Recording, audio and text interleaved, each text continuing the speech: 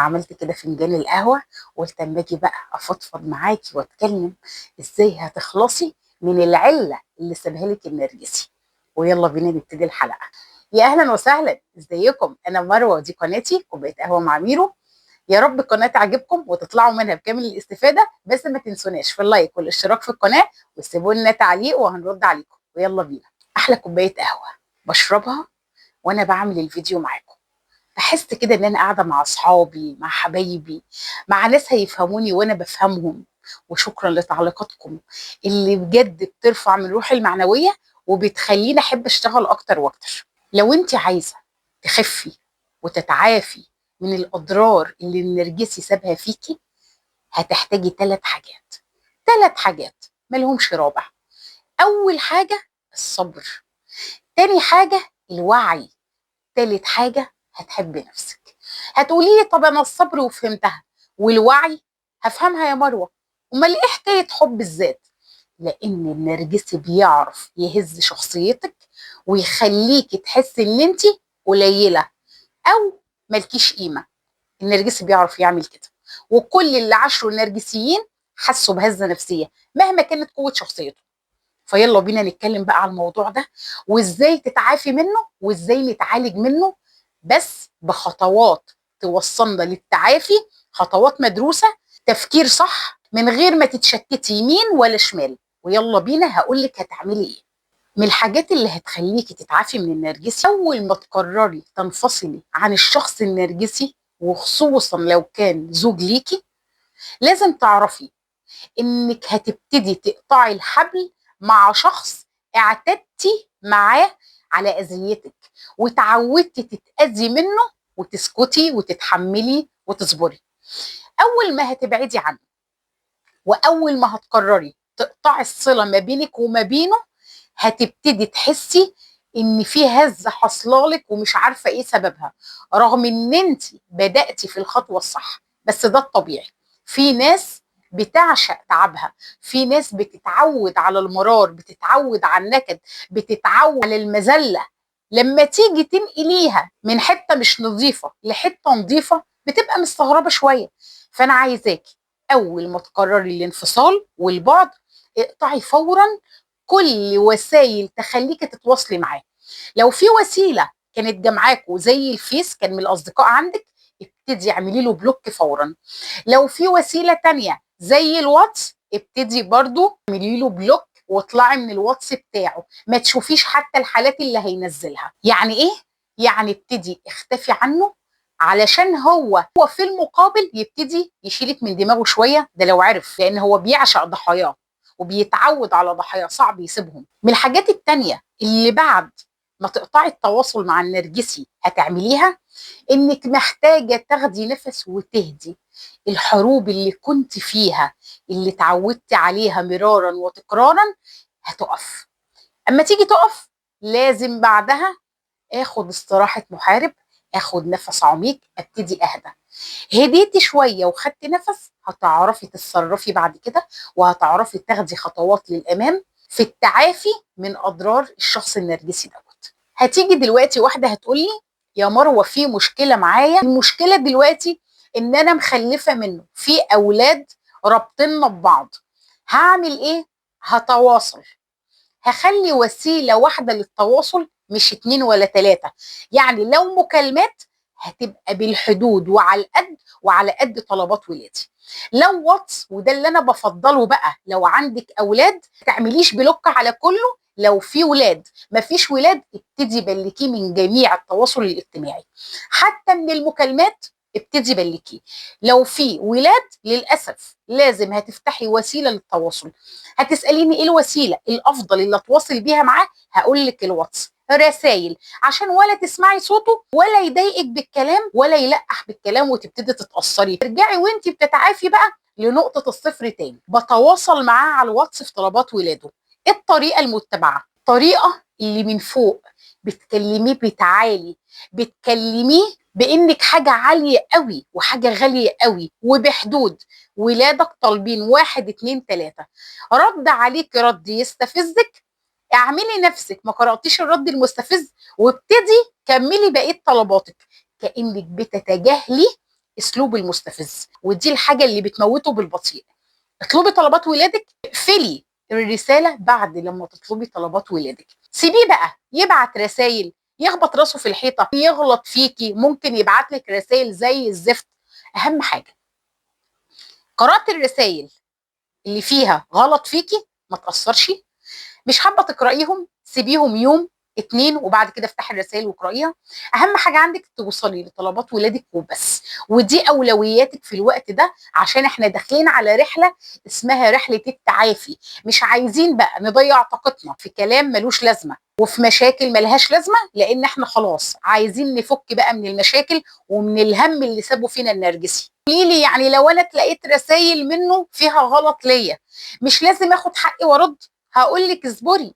لو انت رديتي على الرسائل اللي هو بيبعتها المستفزه، هو بيتغذى على كده، انت كده بتديله الاكل بتاعه وعلاجه. احنا عايزين نقطع عنه التغذيه. تقطعي عنه التغذيه يعني اسيبه بناره، يعني خليه يخبط راسه في اي حيطه. رديتي وعرف يستفزك، انت كده ما اديتيه بالتغذيه اللي هو بيحبها. فخلي بالك من الحته دي وانت بتتعاملي معاه. هقول لك بقى هتعملي ايه تاني، هينقلك في العلاج لمرحلة أعلى وأسمى وأنقى بكتير من الذل والمهانة اللي عشتيهم مع النرجسي. بس سيبوني أشرب كده بق قهوة علشان أعرف أكمل لكم.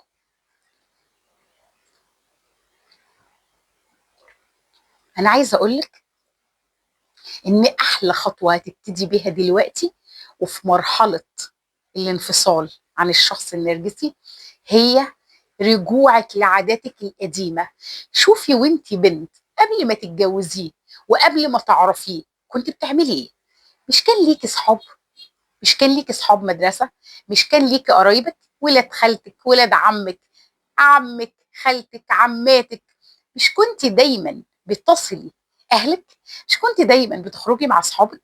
مش كنت دايما ليكي علاقات حلوه؟ اللي هو بالتاكيد لما ارتبط بيكي قطعها لك وخلاكي تقطعيها بمزاجك. من هنا بقى ببتدي رحله جديده في الحياه. هرجع لاصحابي وهرجع للمعارف القديمه وهنزل الشارع واخليهم يشوفوني من تاني واعرفهم ان انا بقيت حرة طليقة، اروح لقرايبي من تاني واصل رحمي واتعرف على الناس وابقى اجتماعية واروح النادي واروح احفظ قرآن وانزل اروح جيم. هبتدي حياة من اول وجديد، رغم ان الالم لسه جوه قلبي، لكن انا هكمل في الجديد رغم الالم، وهاخد خطوة للامام في عز الوجع اللي مغروس جوايا. هيطلع بس مش في يوم وليله، الوجع هيخرج بس مش في يوم وليله، هتاخدي وقت للتعافي، بس من بعدها هتبقي انسانه جديده. مشيتي بقى في العادات دي، ابتديتي تروحي لاصحابك وتقعدي معاهم وبقيتي اجتماعيه وبقيتي بتنزلي وتروحي، في حته هنا احتماليه انك تقعي فيها 70 80%. عشان ابقى صريحه معاكي، انا بكلمك من على ارض واقع، انا جايالك من واقع انا فاهماه، ويمكن اكون عشته الفتره بس عرفت اخرج منه. هتبتدي في الفتره دي تحسي اوقات كده من حين لاخر انك ساعات تندمي وساعات تجلدي ذاتك وساعات تحسي انك كنت المذنبه في بعض المواقف، او انت اللي خليتيه يستعمل معاكي الطريقه دي في التعامل بسبب طريقتك، بسبب عصبيتك، بسبب ردودك. فهتبتدي فتره جلد ذات وفتره ندم. الفتره دي هي اللي ممكن تعمل لك انتكاسه. انا عايزاكي تفوقي بقى من الندم ومن جلد الذات ومن عقاب نفسك ومن التفكير في اللي حصل واللي ما حصلش. انسي كل اللي فات كأنه مات وابتدي مع الحياة صفحة بيضة من أول وجديد. أهم ما في الصفحة دي إن هو مش معاكي فيها. ممكن وانت في فترة التعافي وانت عمالة بقى تخرجي وما بتجلديش ذاتك وبتعملي نشاطات جديدة وابتديتي تحبي نفسك، ممكن ورغم انك بتعملي كل اللي بقولك عليه ده بس حاسه بتعب نفسي دفين.